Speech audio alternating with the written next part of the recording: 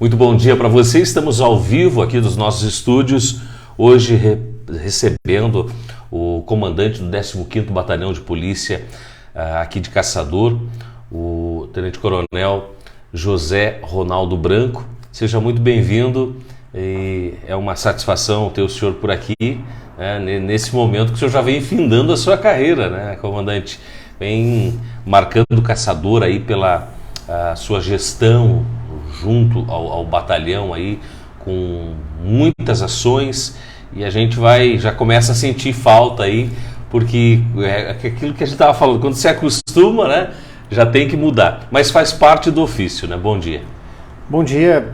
Ao final eu devo agradecer esse momento, né, mas começo agradecendo a oportunidade, o convite de estar aqui para a gente bater um papo e conversarmos sobre assuntos diversos, dentre eles esse que não tem como fugirmos, né, dessa novidade que nos cerca, que é a mudança de comando. Então estamos por uma questão institucional, né, uma demanda institucional somada também ao nosso interesse pessoal,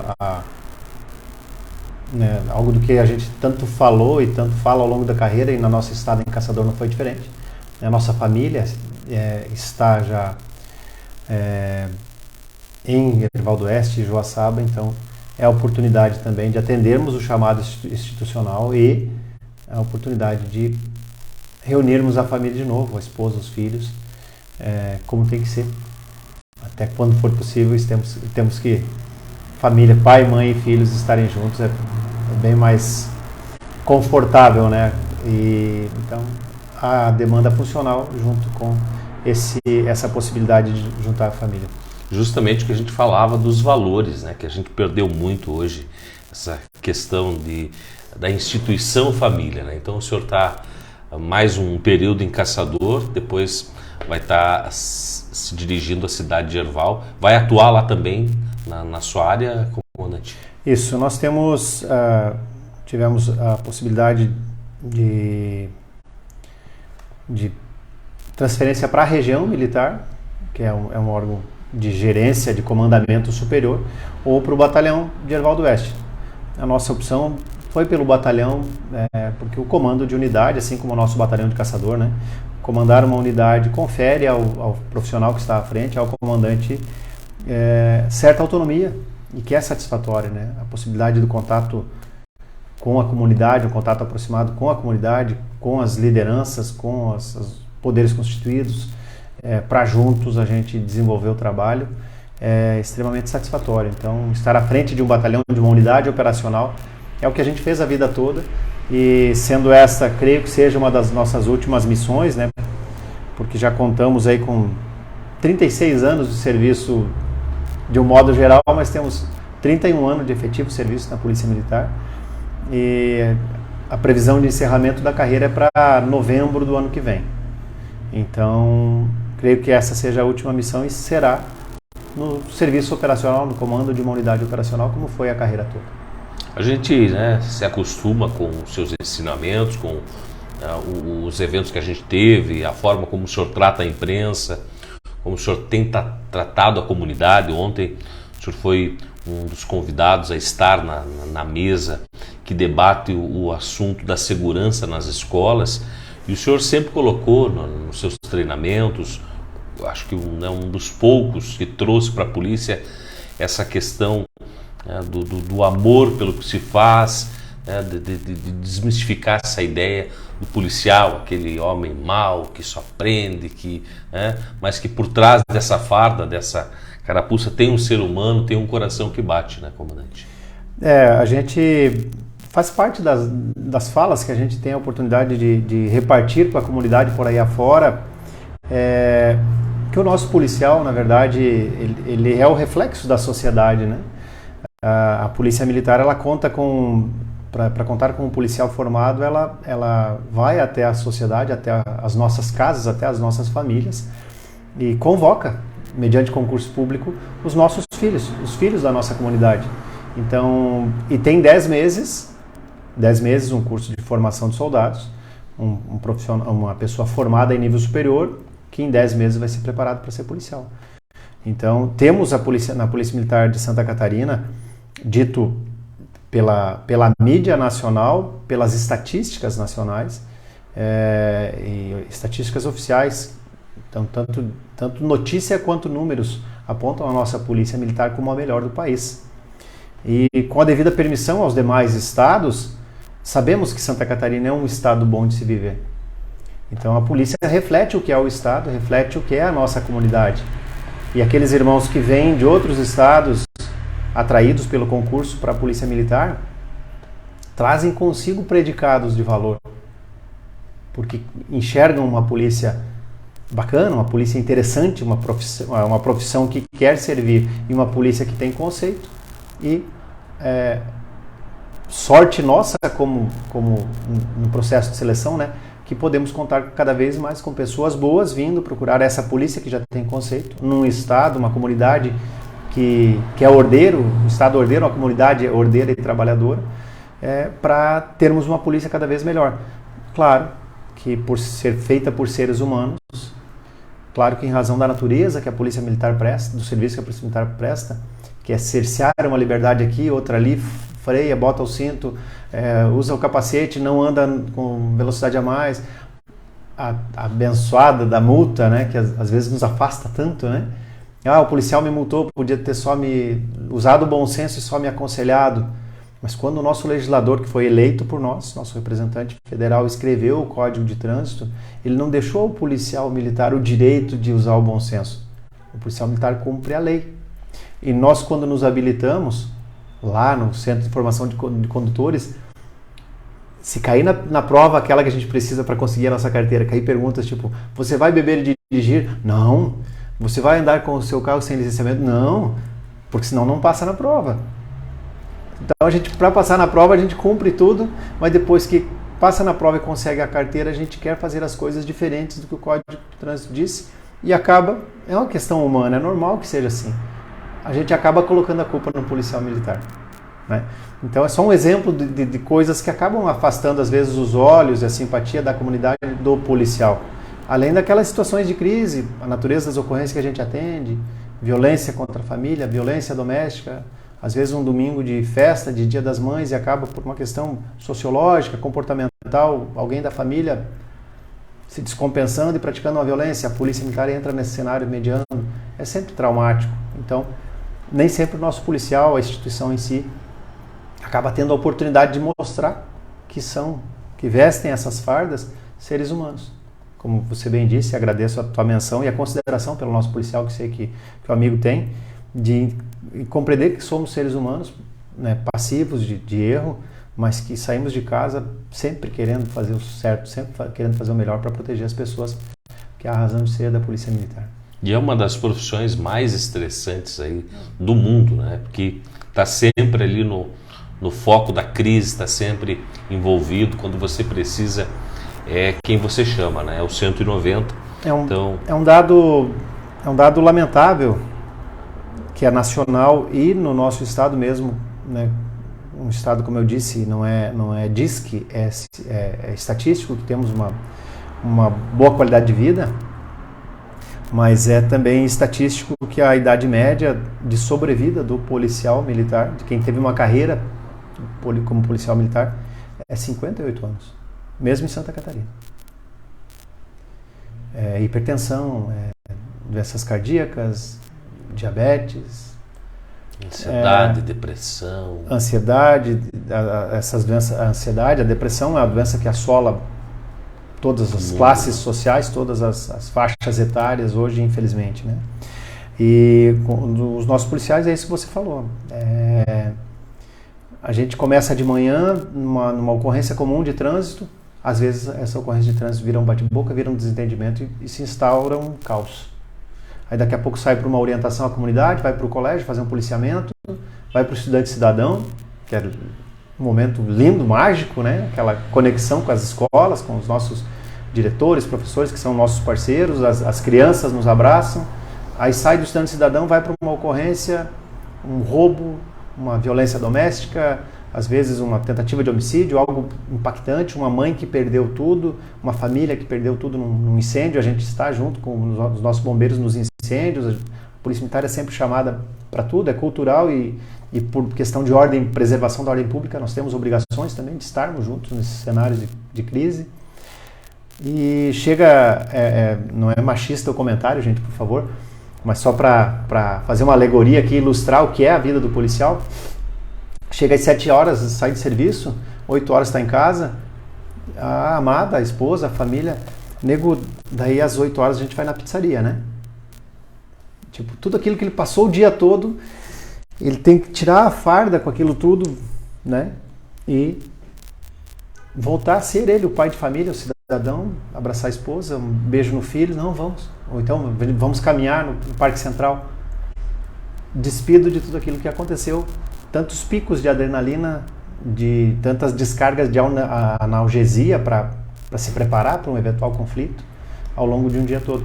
Isso, cientificamente, implica problemas de ordem cardíaca, de ordem emocional e tal, e tem diminuído a qualidade de vida, e a própria faixa etária, digamos assim, tem se estabelecido por estudos que fica na faixa de 58 anos até 60. A Polícia Militar de Santa Catarina é referência principalmente nos programas que envolvem o estudante cidadão, o ProERD, que eu acredito que agora vem com uma nova roupagem, voltando a temas que não nos preocupavam tanto. E a gente ouviu ontem lá na Câmara as pessoas, mas eu não vi o policial, eu não tenho visto. Então, só de ver muitas vezes, né, a polícia, a população parece que já fica um pouco mais tranquila. Só que a Polícia Militar continua fazendo esse trabalho, e não é de agora as rondas escolares, o auxílio aos diretores, professores nas escolas. Talvez agora, devido a toda essa repercussão que teve esse fato fatídico de Blumenau, tenha sensibilizado a população de o quão realmente é importante, né, cada policial que está circulando pela rua da cidade. Né?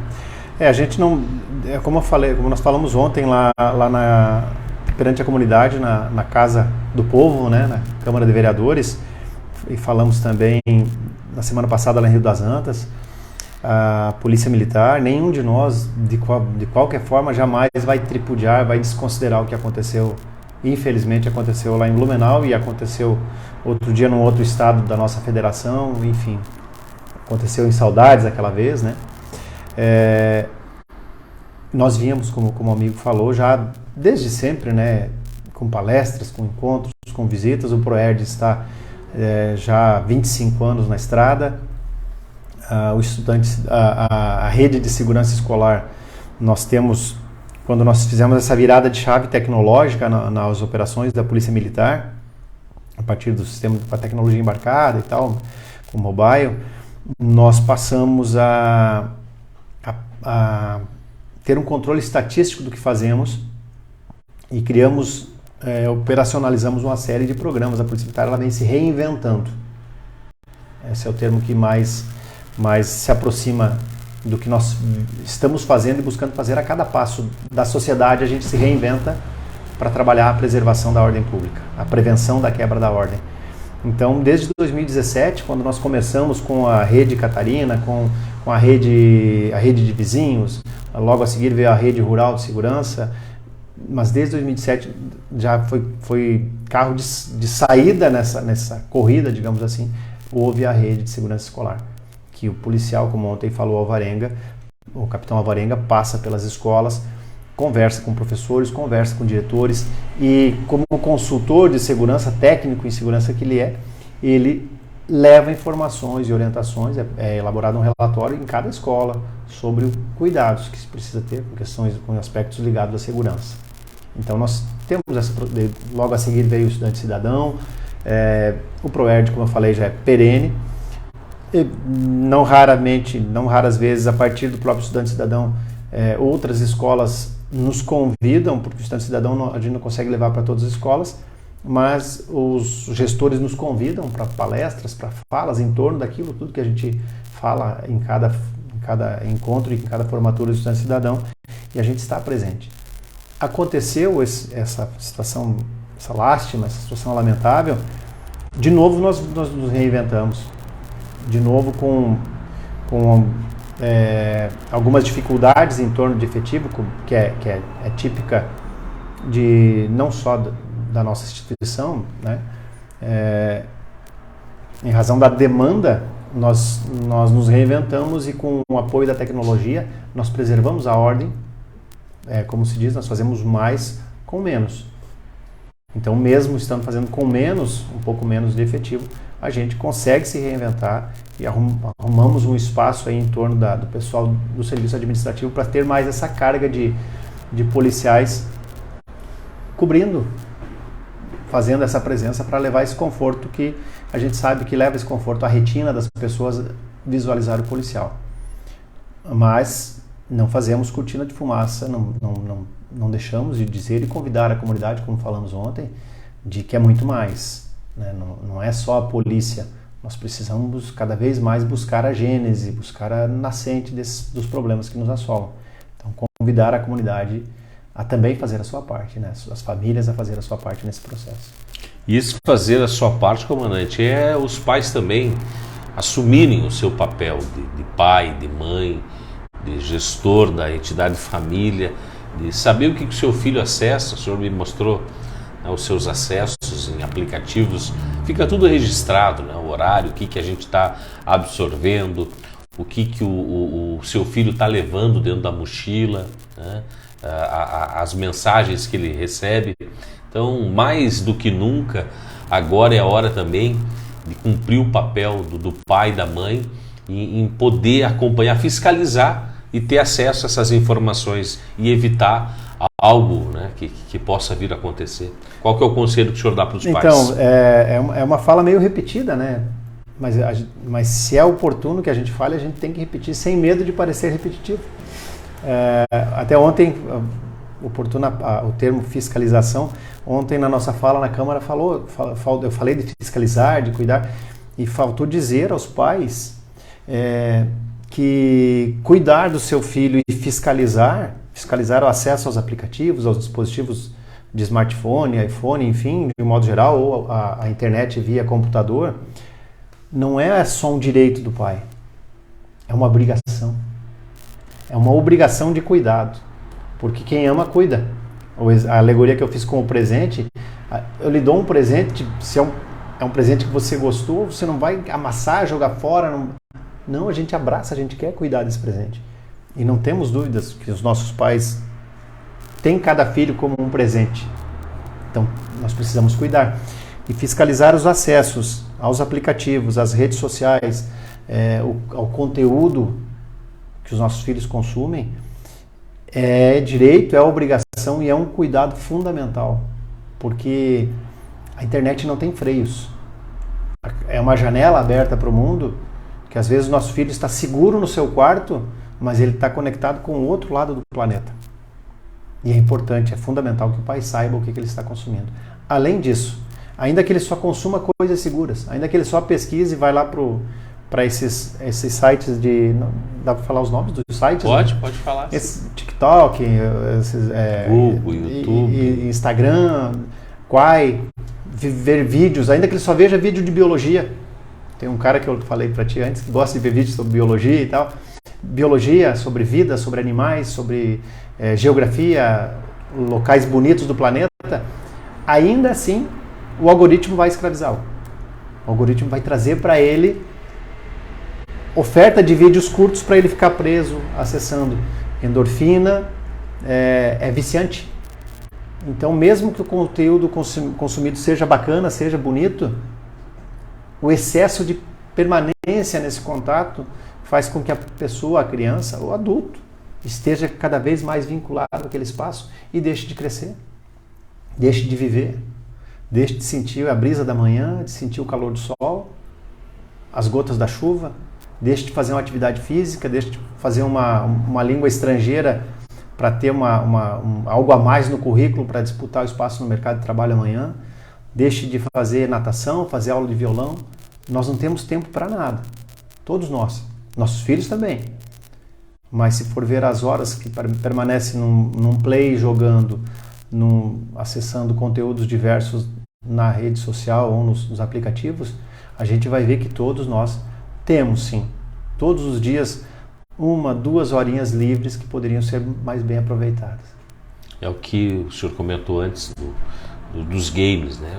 Hoje o jovem está lá na frente de uma tela enorme, né, no seu quarto, sem ter o acesso à brisa, o calor do sol, recebe ali o chocolate quente. Prontinho, né? Tá tudo na mão, né? E a vida real não é assim, né? Justo. O não. A vida real nos diz não a vida toda. E a gente se reinventa depois de cada não e segue em frente. Nossos filhos precisam receber um não aqui, outro ali, para entenderem limites e obstáculos e aprenderem a contornar esses obstáculos, suplantar esses obstáculos, né? E seguir em frente. Faz parte do crescimento, do fortalecimento. O excesso, ele sempre pode fazer muito mal. Ontem recebi o... Me permita. Excesso. Então, a nossa fala, gente, por favor, não é a gente alienar o nosso filho dessa alternativa virtual. Porque senão ele vai ser o diferentão da turma. Também não pode. Mas a gente precisa monitorar o excesso. Controlar os acessos, acompanhar e monitorar os acessos. Então, pode jogar os jogos desenvolvem capacidades motoras também. Claro que pode. E tem muito jovem milionário só jogando também, mas saber dosar, né? Uma outra tirada perfeita. Às vezes as crianças não querem mais estudar, os adolescentes não querem mais estudar, não querem mais seguir, buscar uma profissão, ser um comunicador, ser um policial, porque alguém se tornou milionário sendo youtuber, sendo tiktoker, mas é alguém entre bilhões de pessoas no planeta. Então, pode buscar? Pode, mas de maneira ponderada, moderada e sem deixar de crescer, sem deixar de estudar para se preparar para o futuro. Se algo alternativo der certo e der lucro, que bom. Mas algo que é ordinário, que é de regra e sempre vai dar frutos, sempre vai dar retorno, é o estudo.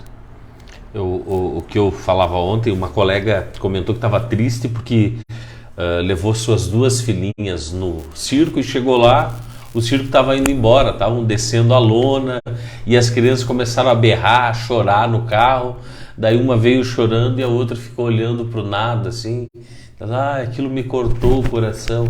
Mas que bom, né? Porque eles já começaram a entender que a vida tem momentos difíceis. Sim. Esse é um não da vida, que eles têm que também saber lidar com isso, porque senão se torna, né, um adulto frustrado, uma pessoa que sempre recebeu tudo na mão, quando não recebe não consegue valorizar. São valores, né, comandante, que a gente espera que o mundo passe por essa fase, por essa nova pandemia. Eu até gostaria de comentar com o senhor sobre os casos que nós tivemos de fake news, de notícia falsa, de jovens que foram identificados. Nós tivemos o caso de Videira, de Caçador na escola da Taquara Verde, e também tivemos aqui no Paulo Schiffler, né? Casos que a polícia militar agiu muito rápido, tanto que a imprensa foi saber praticamente depois do que tinha acontecido, né, comandante? Quando a gente fala do caso de Blumenau, a gente toma cuidado de não... Quando a gente convida a família a fazer a sua parte, a gente não está criticando a família, é um convite. Como nós falamos ontem, a gente sabe que a vida é corrida. A gente sabe que o pai e a mãe muitas vezes estão os dois na rua o dia inteiro trabalhando para buscar o sustento para a família. E às vezes é uma terceira pessoa que está cuidando da criança, ou a criança está em turno integral, enfim. Então a gente sabe da dificuldade. Só que a gente fica convidando a família a fazer a sua parte o quanto mais. Então falar desses casos que aconteceram não é uma crítica a essas famílias, de forma alguma. Mas é possível que tenha faltado um acompanhamento a mais. O que esses adolescentes estavam fazendo? E se nós, como familiares, como amigos, conhecidos, enfim, detectamos ou detectarmos comportamentos diversos, distorcidos de um ideal, né, é importante que a gente tome providência.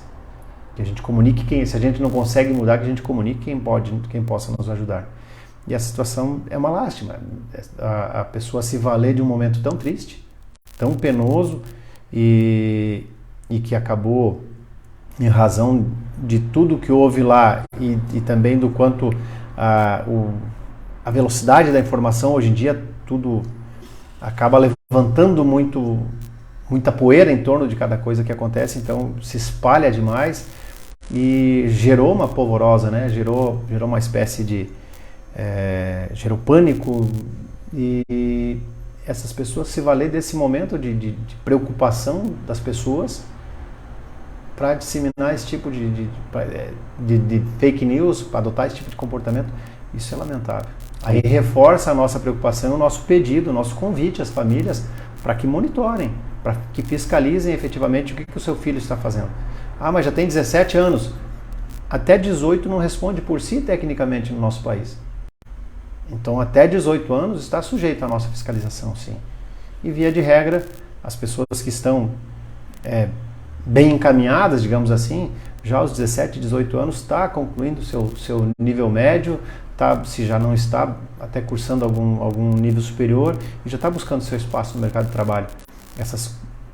Essa fase que preocupa mais ainda, nos parece, que essa fase da transição da criança para o adolescente, aí sim é que cada vez mais os pais têm que estar atentos. Além de ter dado uma base de valor à criança até chegar ali, mas mesmo com a base boa de valores, a adolescência é um momento que requer, cientificamente, né, requer muita atenção, requer muito acompanhamento dos pais, porque vem aquela descarga hormonal, o menino passa a ser rapazinho, a menina passa a ser mocinha, e o que os pais falam às vezes já não encanta tanto, já não parece ser tanto verdade, o que o professor fala já não parece ser tanto verdade, e o que talvez um terceiro de longe fale via rede social ou via algum aplicativo, coisa assim, pareça a verdade do universo. Então é importante aí que os pais estejam atentos, as famílias estejam atentas para a detecção da mudança de comportamento e fiscalização, prevenindo inclusive casos como esse que aconteceu, mencionado por si aí na Taquara Verde, aqui em Caçador e Videira. E aqui no Colégio Paulo Schiffler também, né? Nós tivemos casos, e há de se saber que a Polícia Militar, junto com a própria Polícia Civil hoje, também estão acompanhando os novos hábitos, as novas tecnologias, e tem se identificado tudo que você faz num celular, deixa rastro. Deixa pistas, né? Sim. E é através disso que se chegou, né, a esses jovens que tiveram os pais, criou-se, né, todo um problema para eles, que acharam que era uma brincadeira, mas uma brincadeira de extremo mau gosto, e que hoje pode gerar um problema muito grande. Me permita um comentário que não é uma ameaça, é uma verdade, é uma advertência, é uma chamada de atenção, chamada da atenção. E não é uma crítica ao sistema, mas nós sabemos que para um adolescente ser internado, depois geralmente por prática de infração penal, porque o adulto comete crime, o adolescente comete ato infracional. Então é comum que, conforme a natureza do crime, do ato infracional, o adolescente pratique várias vezes para ir ser internado, em razão de ser adolescente, em razão do contexto social, em razão da tentativa de resolver o problema de comportamento com ele em liberdade, para ser ele um cidadão em formação, em construção, para ele ter a oportunidade de mudar de rota, digamos assim, mas sem ter alternativa, sem lançar mão do aprisionamento, porque é um adolescente. Mas casos assim tem sido despachada a internação. Então, não é aquela coisa, sou adolescente, não vai dar nada. É sim caso de segregação. Em local destinado a adolescente, mas é caso que é tratado como se ou como outros crimes mais graves. Então é uma conduta, embora pareça uma bobagem, mas é uma conduta extremamente grave. É um comportamento que tem consequências extremamente sérias, porque leva temor, leva pavor à comunidade escolar como um todo, aos pais, aos estudantes, aos professores, aos gestores, a toda a comunidade. Então, é um ato de inconsequência que não tem cabimento e tem sido punido com toda a severidade da lei. A gente acha que isso acontece em outras cidades, que é só em cidade maior, mas aconteceu em 3 escolas aqui em Caçador, né? A Videira também, a polícia agiu e fica aí, né, um alerta para os pais, para os jovens, de que não fica impune, né? Como o comandante colocou aqui, vai responder de alguma forma por esse ato infracional, você que ainda se esconde por detrás aí de uma idade, e hoje a gente é o momento para se discutir, né? A maioridade penal, né, aos 16, pode votar aos 16, né, mas não pode, né, ser detido, não pode responder pelos seus atos. Então, mais uma vez, vem em pauta essa questão, né, de repassar a responsabilidade. Comandante, na sua estada aqui por Caçador, nesse tempo, né, a gente acompanha as ações, o que a polícia representa para nós, a ordem. Caçador, ainda se comparando a outras cidades do estado e de outros estados também, é uma cidade tranquila, né? Como é que é hoje a segurança? Como é que o senhor analisa a nossa cidade? Então, primeiramente, assim, para cada policial militar, nada é pessoal, sabe? Mas em razão da formação militar, a gente brinca que tudo de ruim, eu estive na formação de alunos desde 2011, e tudo de ruim que a gente ensina a um militar, mas não é ruim, mas é só uma alegoria, é convencer um cidadão em sã consciência, num país onde a vida é um bem indisponível. No nosso país o direito diz que ninguém pode abrir mão da própria vida ou ter cerceado a sua vida. A vida é um bem indisponível. Ela é para ser preservada no Brasil. E o policial militar perante a bandeira nacional, no meu caso, por exemplo, eu me formei soldado, me formei solenemente sargento e me formei solenemente oficial. Eu prometi, eu jurei perante a bandeira nacional pelo menos 3 vezes que eu faria a preservação da ordem pública, a proteção, a segurança da comunidade, o cumprimento das leis e tal, mesmo com o risco da própria vida.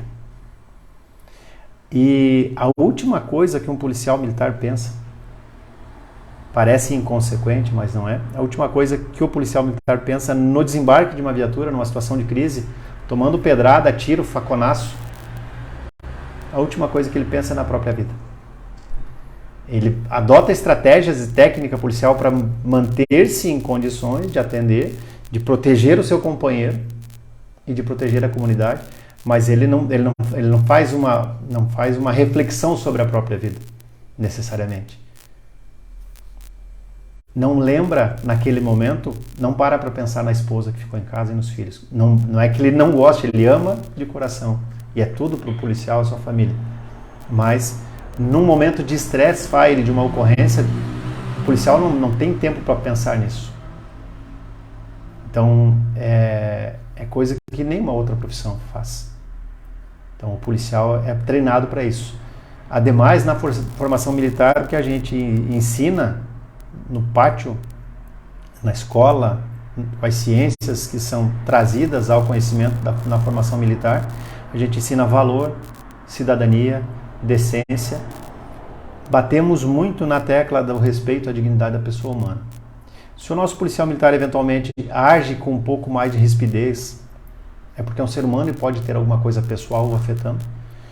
E se for truculento ou se eventualmente um policial militar daqui ou de qualquer estado se encaminhar para o rumo do crime ou qualquer coisa que seja diferente daquilo que ele se comprometeu, é porque o tempo de formação, o filtro na seleção pode ter falhado. Porque não é ser militar que induz a pessoa a ser violento, a ser truculento. Não. Ser militar, muito pelo contrário.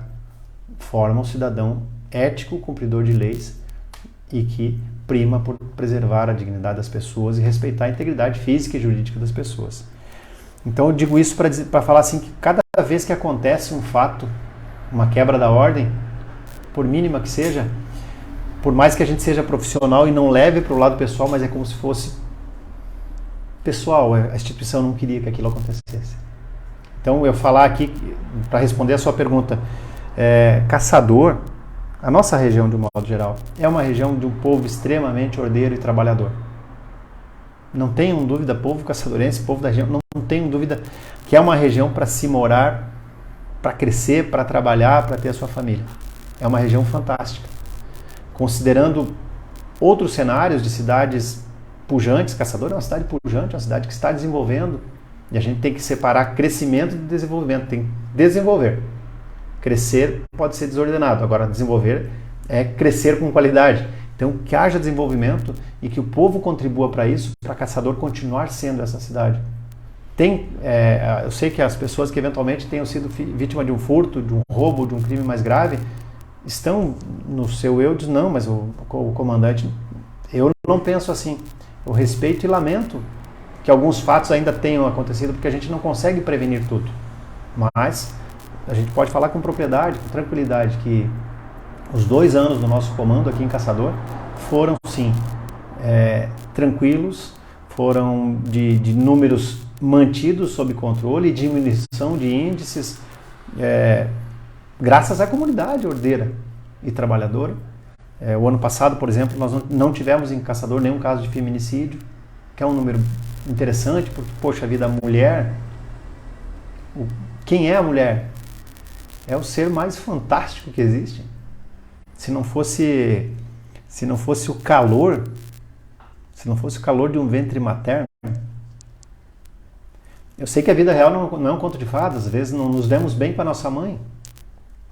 Talvez tadinha tenha nos deixado. Talvez a gente brigou com a nossa mãe a vida toda, talvez ela não esteja mais aqui, como é o caso da minha, que infelizmente Deus chamou. Mas se não fosse o calor de um ventre materno, o afago, o acalanto de um ventre materno, ninguém de nós estaria aqui. Quer ser mais fantástico do que a mulher só pelo milagre da vida? Se a vida é boa, se é bacana estar aqui, é graças ao ventre materno. Então, a gente tem um ano que, por exemplo, o ano passado, que não tivemos nenhum fato de feminicídio, para nós é uma alegria. E tantos outros números que estão dentro de padrões tidos ideais, considerando o tamanho da cidade e o movimento que nós temos, o crescimento que se apresenta. Então, eu digo que a comunidade de Caçador nos ajudou a termos 2 anos de comando com certa tranquilidade, ainda que eventualmente uma situação ou outra de quebra da ordem tenha acontecido, com a resposta devida das polícias, depois tanto da Polícia Militar quanto da Polícia Civil. Comandante. E o registro que, embora ontem tenha sido dito que não é, mas é ordem pública, sim, é segurança pública também, a nossa Guarda Municipal, fazendo a sua parte adstrita àquilo que a Constituição regula, mas fazendo com propriedade a sua parte, cuidando das coisas do município e do povo caçadorense também. Auxiliando bastante. Com certeza, parceiros perenes, tanto a Polícia Civil, Bombeiro Militar, o nosso Bombeiro Voluntário, são parceiros assim que facilita a vida de ser comandante, não é bajulação de quem está saindo e nos assistindo, eles sabem disso, que temos essas instituições como parceiros seguros e perenes. Que bom, né? Que bom a gente saber desse reconhecimento, né? Porque sempre se vende essa ideia de que tem uma concorrência entre a Guarda, Polícia Militar, entre a Polícia Civil, e não tem. Aqui em Caçador trabalha em sintonia, muito pelo contrário, se unem para alcançar os resultados. Foi o que a gente aconteceu lá ontem, o pessoal da Guarda, o comandante da Guarda, o delegado da Polícia Civil, o senhor, o capitão Alvarenga, ouvindo a comunidade, né? Sim, e nessas horas, comandante, aparece especialista de tudo quanto é canto, né? Então, um diz que tem que colocar um guarda armado, outro diz que tem que colocar um detector de metal, outro diz que tem que subir o muro, outro diz que tem que ter, né, revista nas escolas.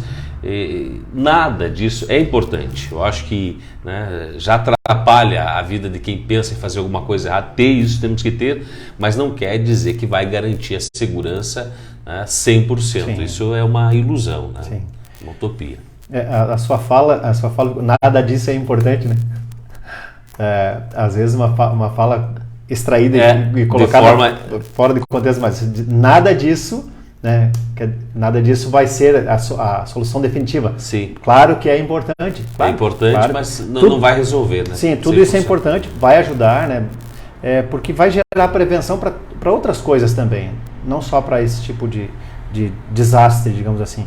Então, é importante que se debata, que a gente busque melhorar aspectos de segurança, aspectos comportamentais, como um todo, mas a prevenção vai além. A prevenção vai lá na família, nós sabermos quem nós estamos mandando de casa para a rua e de casa para as escolas todos os dias, né? Que maravilha. Olha, agradecer muito, né, a sua vinda aqui, a gente já conversou outras vezes. O senhor vai ficar em Caçador até quando ainda? Então, nós temos, já fica o convite, né? O convite formal deve ser veiculado nas redes e tal, mas nós temos no dia 26, quarta-feira que vem, às 10h30 da manhã, nós temos a solenidade militar de passagem de comando. Então ela acontece, se o tempo contribuir, que em princípio a previsão é que chova, não tenho comunicação direta com São Pedro, né? Eu sou do tempo que São Pedro é que mandava chuva, né? Não tenho conexão direta com São Pedro, mas o que nós temos da tecnologia, a tecnologia tem acertado, é que chove esta semana e a semana que vem tem períodos de sol pela manhã, alguma chuva, garoa à tarde. Então a formatura é às 10h30 da manhã de quarta-feira, a princípio tempo bom, no pátio do 15º Batalhão de Polícia Militar, essa casa que nos recebeu por esses 2 anos. E que sou sincero em falar que é a primeira vez na carreira que eu saio de algum lugar com um friozinho na barriga, sabe? Com a impressão que não devesse sair, porque é uma oportunidade, mas com a impressão de um quero mais, que seria bom ter permanecido até o final da carreira aqui mesmo, porque está muito bom. É muito aprazível, foi muito aprazível ter estado aqui em Caçador, fizemos bons amigos, grandes parceiros, e enfim, então na quarta-feira, 10h30 da manhã, no pátio do 15º Batalhão, com tempo bom. Se chover, a Casa do Povo nos recebe, né?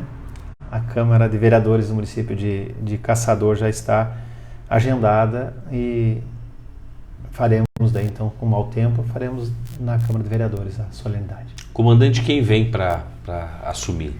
Nós temos o nome do Major Policial Militar Macedo, do 10º Comando Regional de Joaçaba. Conhece a região, fez carreira como tenente até capitão em Canoinhas, até capitão eu acho. Aí assumiu a Polícia Militar Ambiental de Joaçaba, esteve lá até quase major, daí migrou para o comando regional, trabalha lá com o Coronel Assunção, foi promovido a major e agora é um indicado a assumir o comando do 15º Batalhão de Polícia Militar. Então ele vem para cá, o senhor vai para lá. Isso. Só que ele está no comando regional e eu vou para a sede do batalhão, né? O nosso gosto é pela unidade operacional.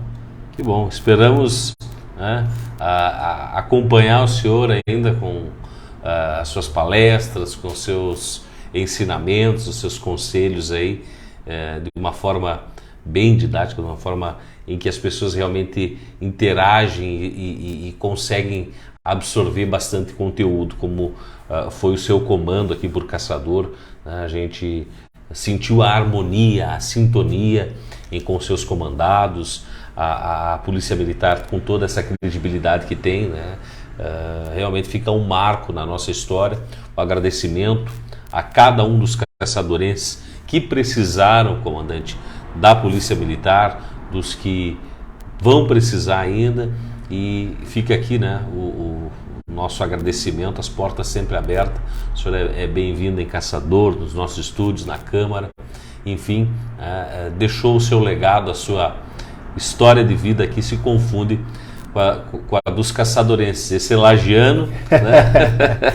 É o homem do céu, o homem do céu. Mas homem do céu. Deus o livre, né? Com essa coisa de cigano que a carreira nos proporciona, eu acabei meio que perdendo o meu sotaque de lagiano. Um pouco porque se fosse o sotaque não seria o sotaque de lagiano, né? Seria o sotaque de lagiano. O lagiano ele emprega um pouco da cidade mesmo, cidade.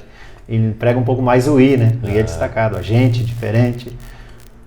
Mas eu sou do Campo Belo, que é uma cidade próxima, então já o E está mais presente, um sotaque um pouco mais parecido com o nosso aqui.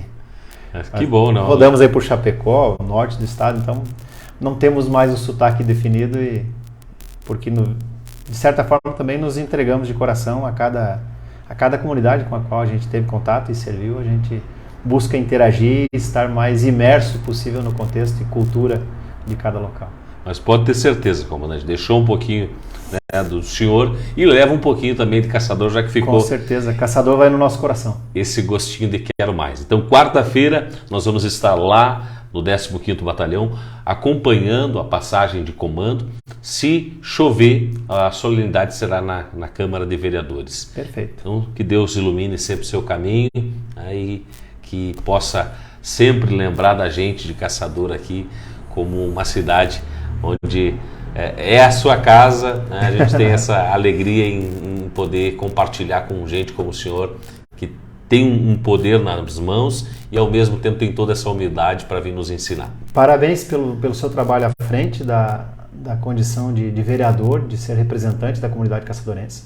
Vista essa camisa, represente esse povo, ajude o executivo, né? Faz parte do poder legislativo a fiscalização, então sei que trabalha e trabalha cada vez mais pelo povo qual você representa e te elegeu para isso, né? E nesse espaço de comunicação, parabéns pelo trabalho, por levar a informação e obrigado de coração por considerar, respeitar a Polícia Militar e por nos ter recebido aqui. Deus abençoe. Gratidão, comandante. Viva a nossa querida Polícia Militar, viva os bons profissionais que passam por aqui. Viva o povo caçadorense e toda a região. Muito obrigado de coração por nos ter recebido aqui por todo esse tempo.